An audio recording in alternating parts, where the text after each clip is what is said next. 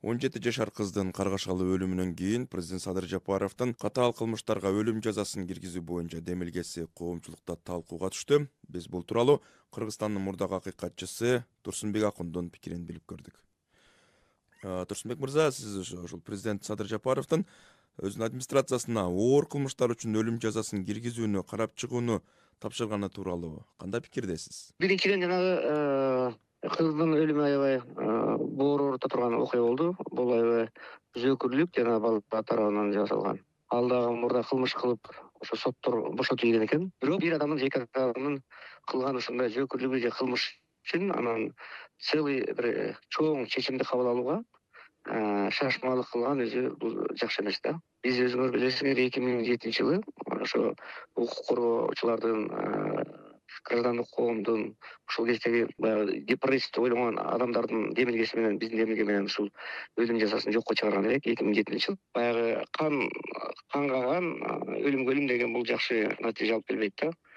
Ошон үчүн конституцияны ошон үчүн өлүм жазасын бир адамдын үчүн эле баягы эмоцияга берилип, мамлекет башчы деген бүт баардык нерсени талкуулап кылыш керек. Азыр эми мына дүйнөлүк эл аралык уюмдар, Бириккен Улуттар уюму болсун, Евросоюз болсун, Совет Безопасности болсун, дүйнөлүк эл аралык уюмдардын баардыгы Кыргызстанды демократиялык ошон үчүн тааныган. Ошо өлүм жазасы жоюлгандыктан тааныган.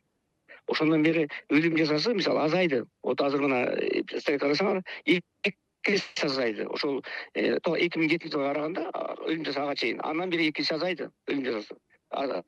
Анан азайып атат да мындан. Азыр кайра өлүм жазасын киргизсе баягы зло рождается зло дегендей болот да бул. Анан эл аралык дүйнөлүк коомчулук эмне деп айтат?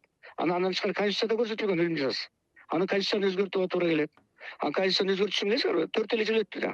4 жылда бир эле конституцияны өзгөртө турган болсо анда башка статьяларды өзгөртүүгө туура келет анда. Президенттин мындай демилгесине ушул зордук зомбулуктун улам катталып жатышы жана ушундай окуяларга айыпталгандардын улам кайра эле эркиндикке чыгып кетип атышы сыяктуу чаралар алып келди да. Коомчулукта ар бир ушундай кайгылуу окуя катталганда чараларды катаалдатуу боюнча демилгелер көтөрүлүп жатты. Анда бул көйгөйлөр кантип чечилиш керек?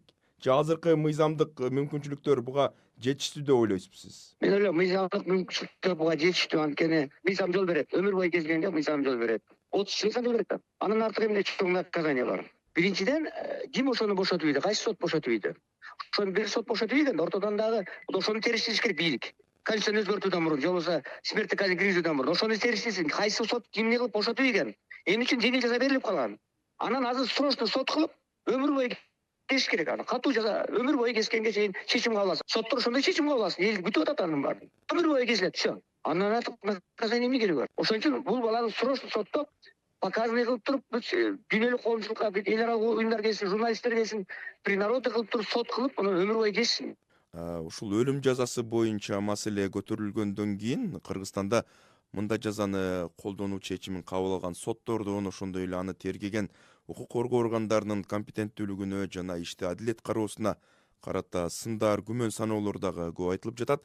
Мындай тобокелчилик чын эле кооптуубу? Соттордун деңгээлин билебиз да, туурабы? Биз соттор туура эмес чечимдер кабыл алып атат. Азыркы күнү соттордун деңгээли аябай төмөн. Эч кандай күнөөсү жок адам өлүм жазасы кессе, ал аткарылып эмне болот анан? Ошон үчүн муну деген бул тобокелдик кадам да.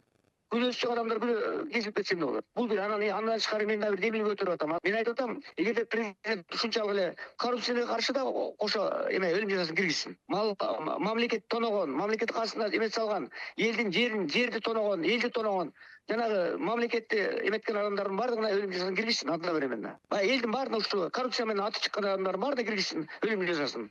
Анда эл колдойт, ого бетер колдойт. Андай эле киргизе турган болсо, ошого киргизсин анда. Бүт бар биз деген 10 жыл талкуулаганбыз мына отмена кылыш үчүн ушу атууну. Аны эми кайра киргизиш үчүн бул талкуу болуш керек да. Талкуу болуп, тегереги столдор болуп, президенттик аппарат ушуларды уюштуруп, конференцияларды уюштуруп, талкуу болуп, анан ошонун баарына өткөндөн кийин анан акырында президент өзүнүн пикирин билдириш керек. Мен ал тиги зөөкүрдү колдойм деген жокмун. Балким ошол азыр чыгышы мүмкүн кээ бирөөлөр баягы. Эмек аны колдогондо мына Турсунбек Акун ушинтип атат, укук коргоочу ушинтип атат деп. Биз дүйнөлүк коомчулуктун эмесин айтып атабыз, статистикасын айтып атабыз мына. Өлүм жазасы киргизилгенде. Бүт бар анан конституциялык закондордун баарында турат. Бүт эме декларациянын баарында бар. Факттардын баарында, конвенциянын баарында. Бул целый изменение болот да бул. Эгер ошонун баарын өзгөртүш келсе, пожалуйста, анда коомду өзгөртүш керек. Турсунбек мырза, сизге чоң рахмат. Урматтуу угарман, биз менен Кыргызстандын мурдагы акыйкатчысы Турсунбек Акун маектешти. Аны менен мен Түмөнбай Абдинапи уулу сүйлөштүм.